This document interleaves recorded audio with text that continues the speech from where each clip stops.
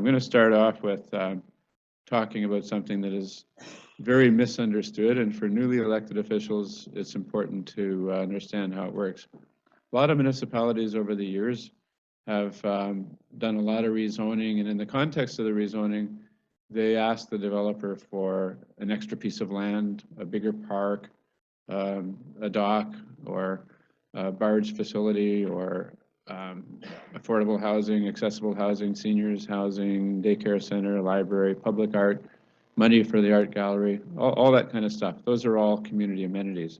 It's quite a different thing from sewer, water, and drainage and highways, right? I mean, you can get money contributed from new development for highways and sewer, water, and drainage by virtue of development cost charges, and you just have to have a valid development cost charge bylaw in place approved by the inspector, and then every developer, as a condition of building permit or as a condition of subdivision, has to pay that amount in regard to that size of that sort of development, and that money goes into your reserve fund for the sewer, water, drainage, highways, or what have you. But most development does also impose on your community the need to deal with other things.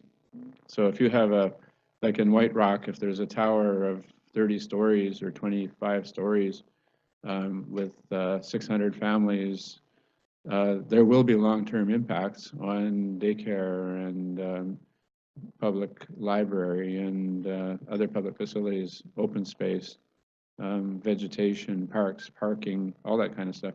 But it's not covered by development cost charges. So municipalities have historically said, if we're going to give you rezoning, we're increasing your value of your property by X number of dollars or X percentage. And in an average rezoning in the Lower Mainland for towers, you're giving them $6 or $7 million worth of benefit as a result of a rezoning. That's just average. I mean, some of the big ones downtown are way more than that.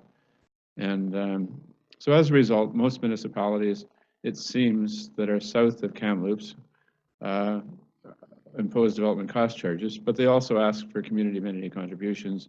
And if there's a rezoning, they say, you know, we're going to increase the value of your property by X, but we're going to take a percentage of X for our community because of the impacts of your development and your citizens that you're bringing to our community on our facilities.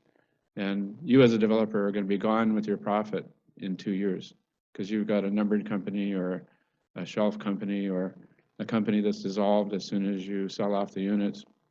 And so we're stuck with all the impacts of that. So we want to have community amenity contributions. The problem is that most municipalities in BC historically have done it on the basis of saying, you know, if you want to go to the hearing and have third reading and adoption, staff aren't going to recommend it unless you provide for, you know, increasing the area of the park, giving us some open space, giving us some money for playground facilities, maybe contributing to seniors housing or whatever. And that's called the wink, wink, nudge, nudge system of amenity negotiation. Like wink, wink, nudge, nudge, we'll recommend it if you provide this stuff before adoption of the bylaw or as a condition that's triggered by some other event, but staff are going to recommend against the rezoning unless you provide for these amenities.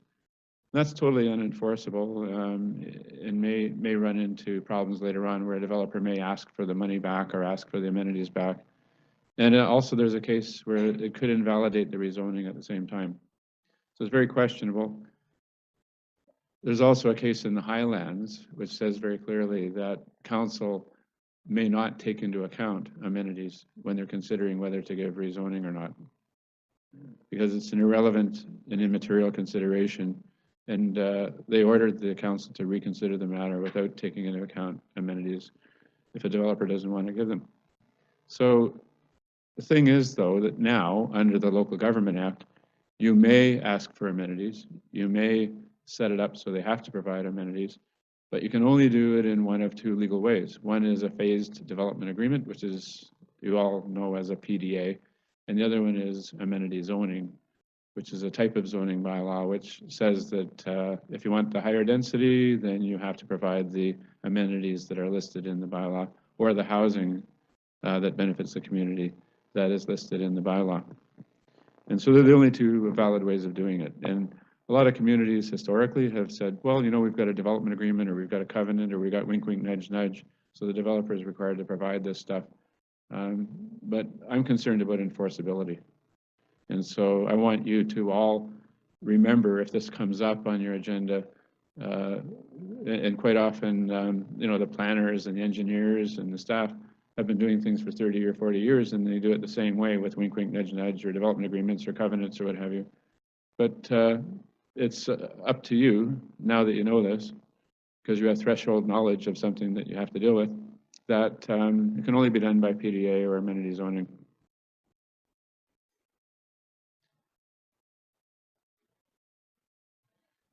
I think one thing that municipalities are missing and regional districts in British Columbia is long-term planning.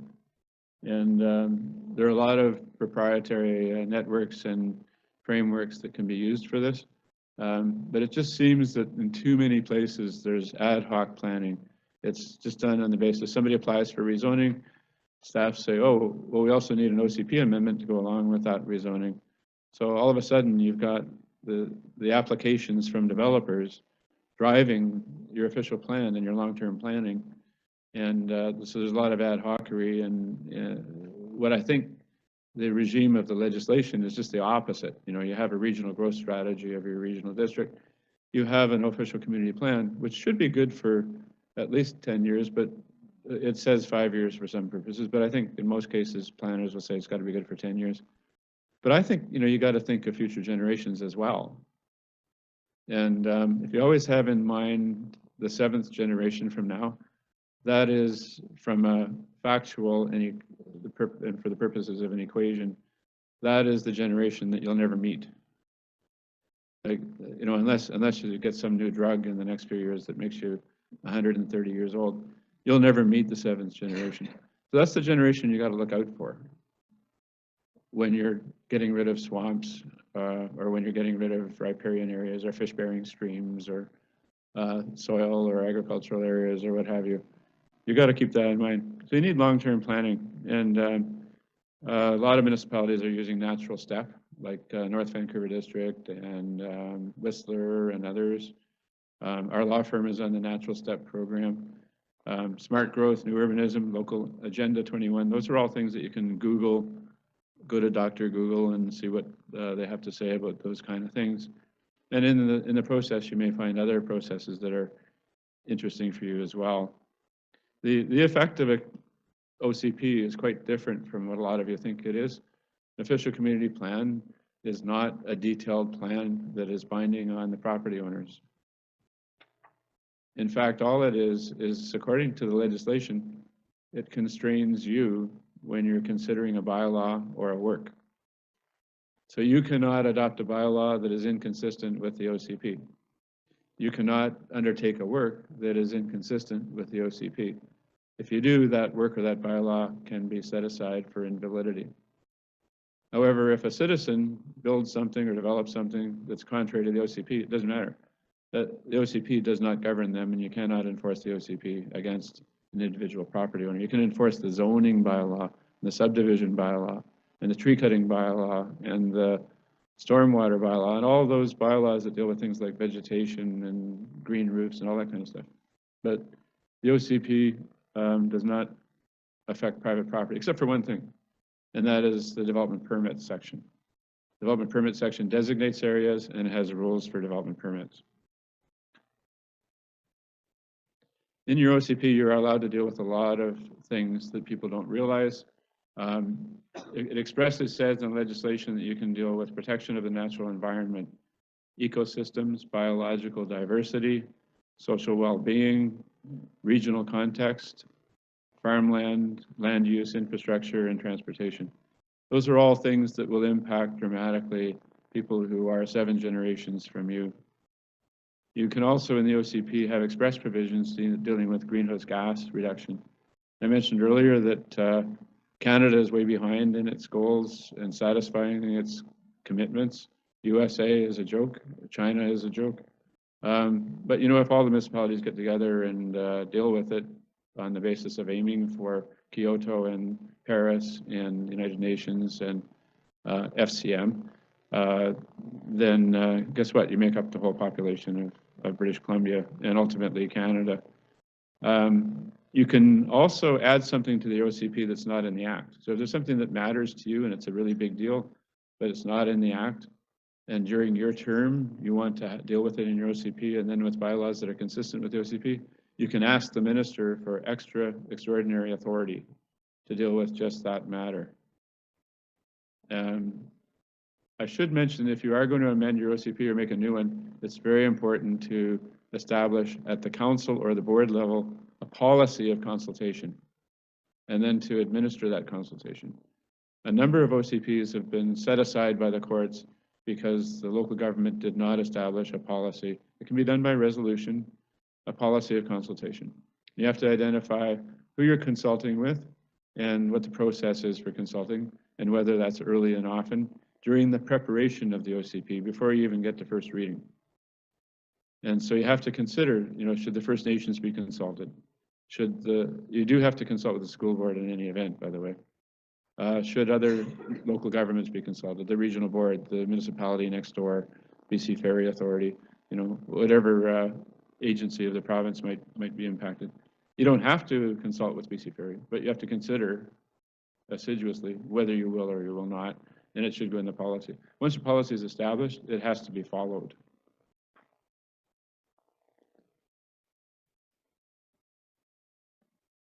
The courts have said that whatever the policy that you establish is fine. It just has to be in good faith.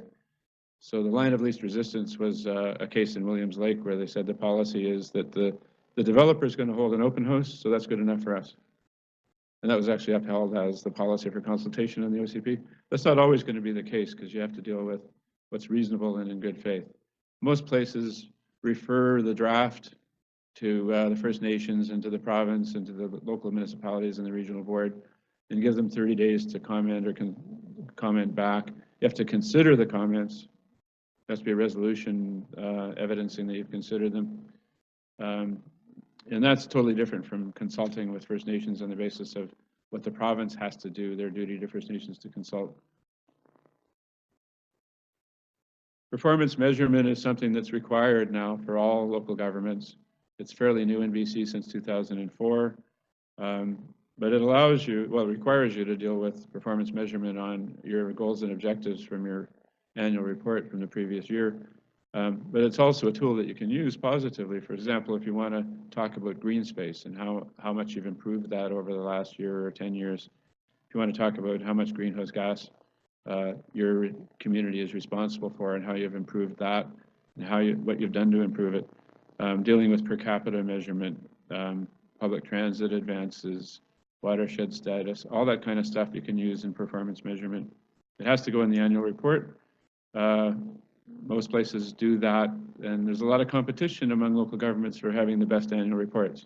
There's awards for it. Has anybody in this room had their municipality win the FCM award for annual report? Richmond? Yeah, of course. And you have a great municipal hall that's fairly sustainable too. Whistler has a great program, and they also have a sustainability center, and they will provide advice to you regarding sustainable development.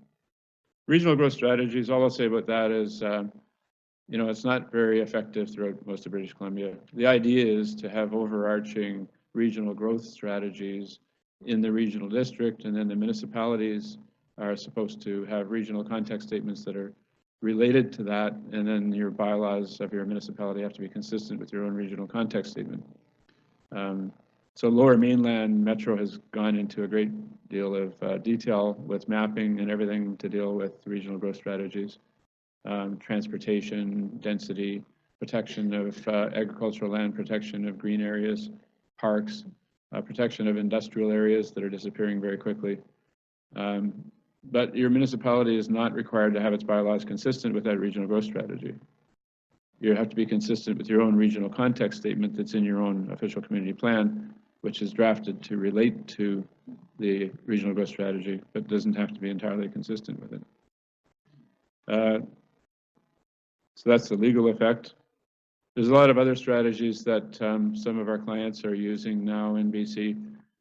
Green belts, You know, instead of just keep densifying and growing and growing and growing cheek by jowl, they established green belts. Ottawa did this a long time ago, and it has resulted in a very livable area. I grew up in Ottawa, and I can't imagine a place not having green belts and strips of parkland and bicycle trails and things like that that are already built in. Urban containment is not a huge area for most places in BC. I'll give you an example of where it's been really effective, and that is in Portland, Oregon. They drew a line around Portland, and they said, the density is not going to go any further than this. If anybody wants to develop anything more, it's not going to be outside that line, it's going to stay inside Portland. And so areas have intensified. That's encouraged transportation and transit options, public transit options for those areas that have densified inside the boundaries. But you can go to the edge of Portland and stand in front of the last houses that are inside the urban containment boundary and look out, and all you can see is either forest or farmland, which will be there forever, unless Trump changes that too. But in that regard, you know, you can identify areas where development shall not go, and you can protect watersheds, wildlife, open space, farmland, and so on. And you can also intensify and revitalize urban areas. Chilliwack's doing a really good job of revitalizing the downtown right now, and there are quite a few other places that have done that. I think Penticton and Vernon and Cranbrook have been really effective in using the tools in the community charter for revitalization, including revitalization tax agreements and bylaws.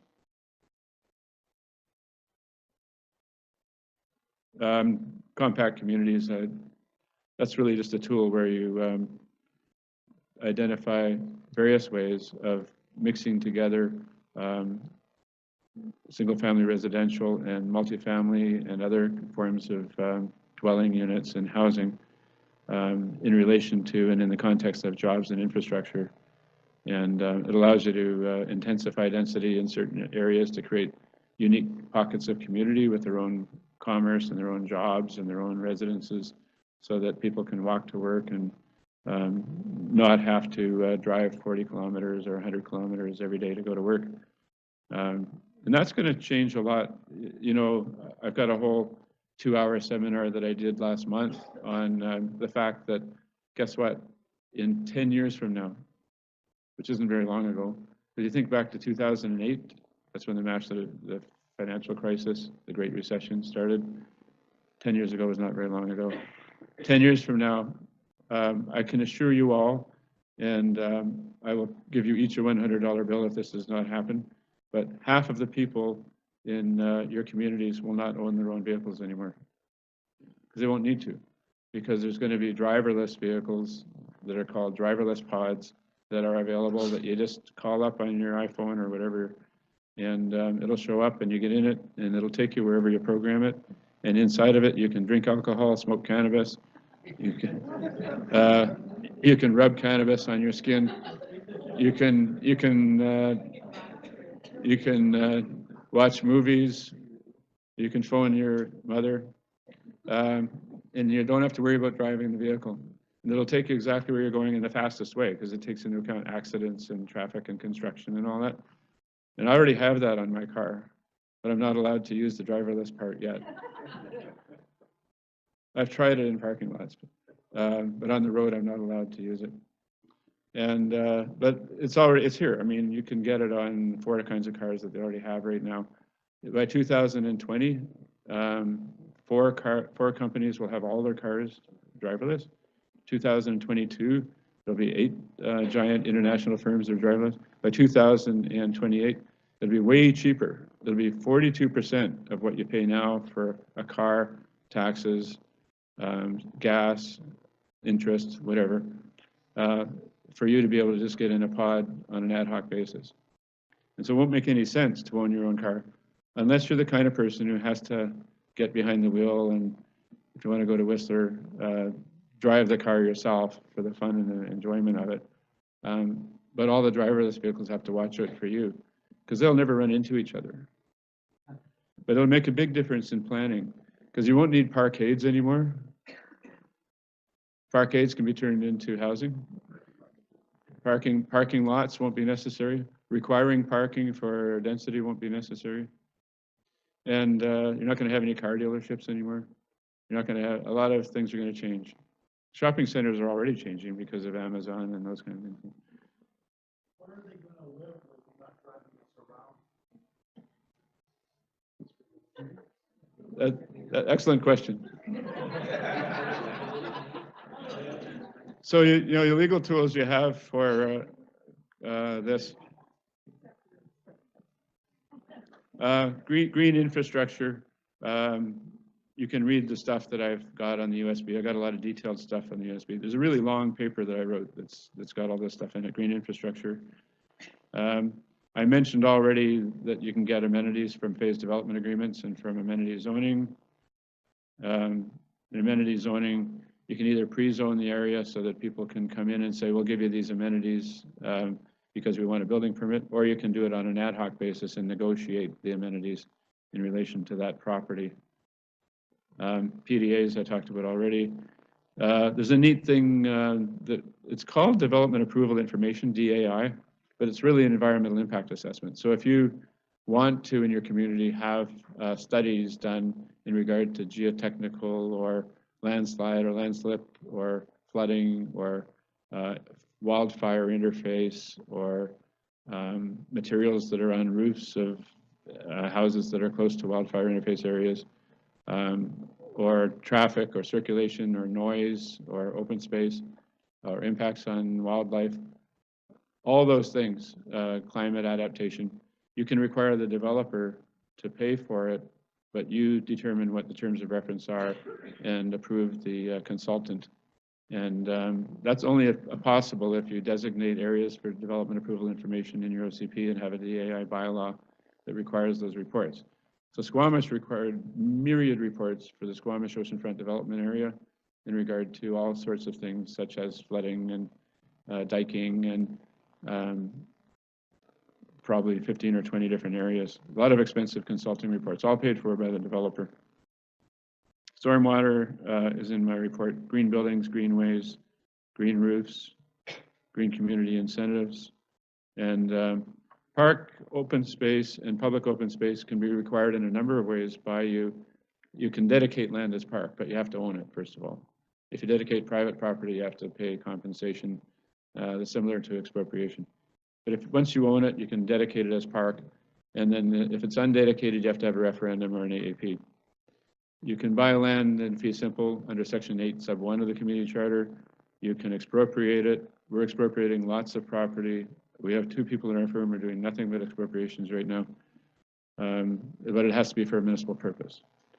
You can set up trust arrangements where the municipality is holding the land in trust or as a benefit for a beneficiary. If the municipality owns it, it's exempt from property tax, sales tax, income tax, and so on.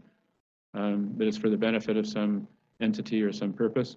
Covenants, have you all heard of covenants? Municipalities have the right to be granted Section 219 covenants, which restrict the use of land or buildings on the land for a public purpose or for private purposes that are specified in the covenant.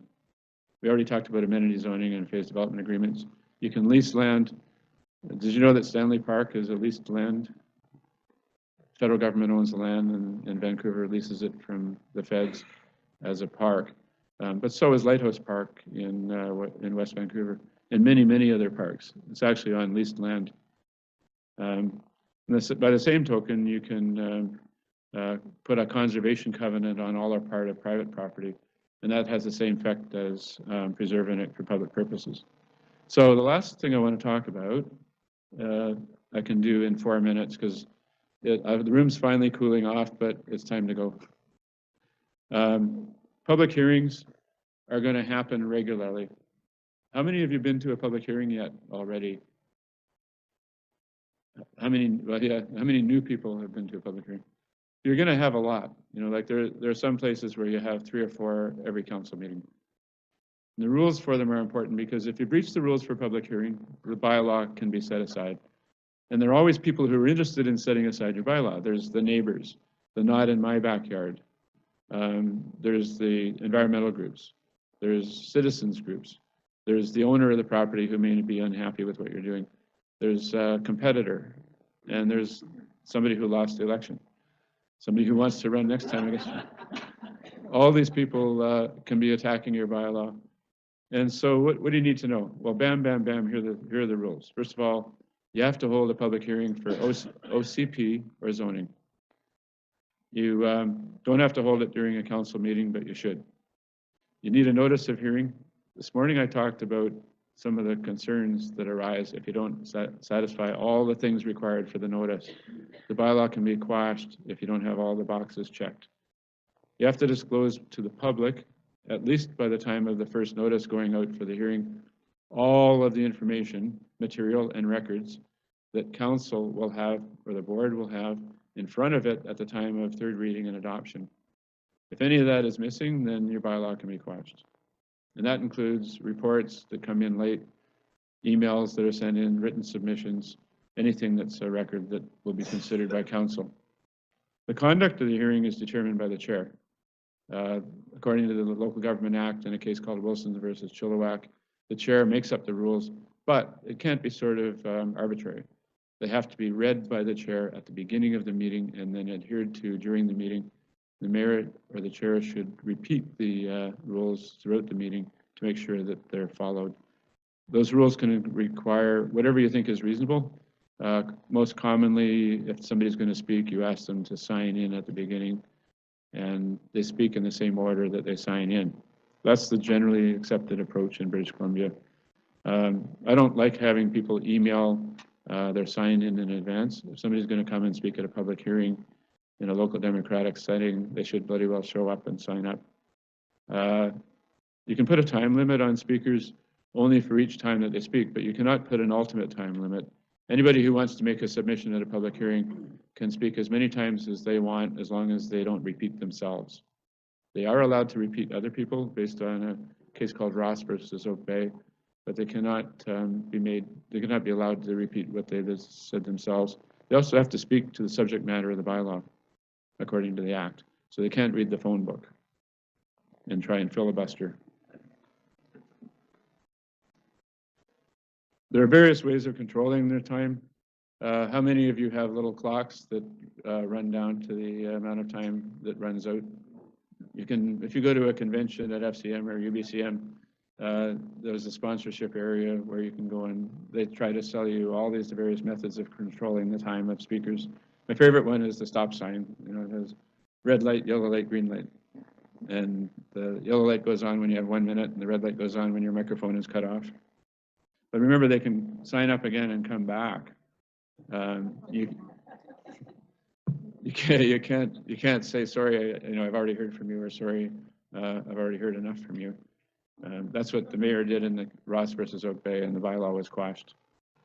And like I say, repetition, you can repeat what other people have said, even though it does not seem to be new information. If you have to cancel or adjourn a hearing, special rules apply. You might have to adjourn it because you've run out of time. It's 11 o'clock, nobody wants to go to 12 o'clock, or it's 12 o'clock, nobody wants to go to 12:30. So you need to continue the hearing. So the case law and the Act say very clearly, all that you have to do is have the mayor announce the date, time, and place for the continuation. Then you don't have to publish new notices for the hearing. And that's it. If you want to start a new hearing, then you got to do new notices. If you're a member of council or a board and you're attending a hearing, are you allowed to stand up and make a submission that I'm in favor of this development? Because obviously not. You cannot exhibit bias. You have to have an open mind. Your mind has to be amenable to persuasion. Did you talk this morning in conflict of interest about bias? Okay. You can't be biased. You have to have an open mind. Your mind has to be open to crack. And as the Supreme Court of Canada has said, in the case of local government officials, an open mind doesn't necessarily mean an empty mind. But you are allowed to ask questions. You can ask questions for clarification. For example, excuse me, sir, but did you mean that is puce or is it lime? Like that, questions for clarification. But you can't say, excuse me, sir, but is that that really ugly puce color that I'm totally opposed to. You can't show your bias when asking a question. The information package should be available on your website as well as in binders. The binders should be available in the hearing room. Why? Because new things come in during the hearing, you've got to add them to the binder. The chair has to keep mentioning to people, by the way, it's on you to check the binder to see if anything new's come in, because we're not reading it out. Except there is one of my clients, I won't mention the name, where a very well-known television personality was elected, and he likes to read out the written submissions with his tonerous voice. Correspondence, I mentioned, everything's included. All the emails, FOI materials, written submissions from people. You can't say, wait a minute, this hearing's going on too long, or I've heard too much, or I've already heard enough. Who's in favor? Who's opposed? You can't do that. That's contrary to the common law and also anti-democratic. And usually, quite often, the developer will pack the hearing with supporters, or the owner will pack the place, or the opponents will pack the place. So you don't have any real honest measure of what is appropriate. What's appropriate is what a majority of council believes they should vote on. That's all that really matters. But you have to hold your hearing, you have to consider the input, and then you have to make a decision in good faith. If there's more than one bylaw at one hearing or in one night, the chair has to make it very clear when one bylaw is finished and the next one starts. But if there's one matter, like one property, you can do OCP and zoning and development permit all in relation to that property, but then close it off. After the hearing, this is maybe the most important part. After the hearing is closed by the chair, you shall not receive any new information whatsoever after the close of the hearing. If you do, you will invalidate the bylaw. So what you do is, the chair mentions that in that statement that's read.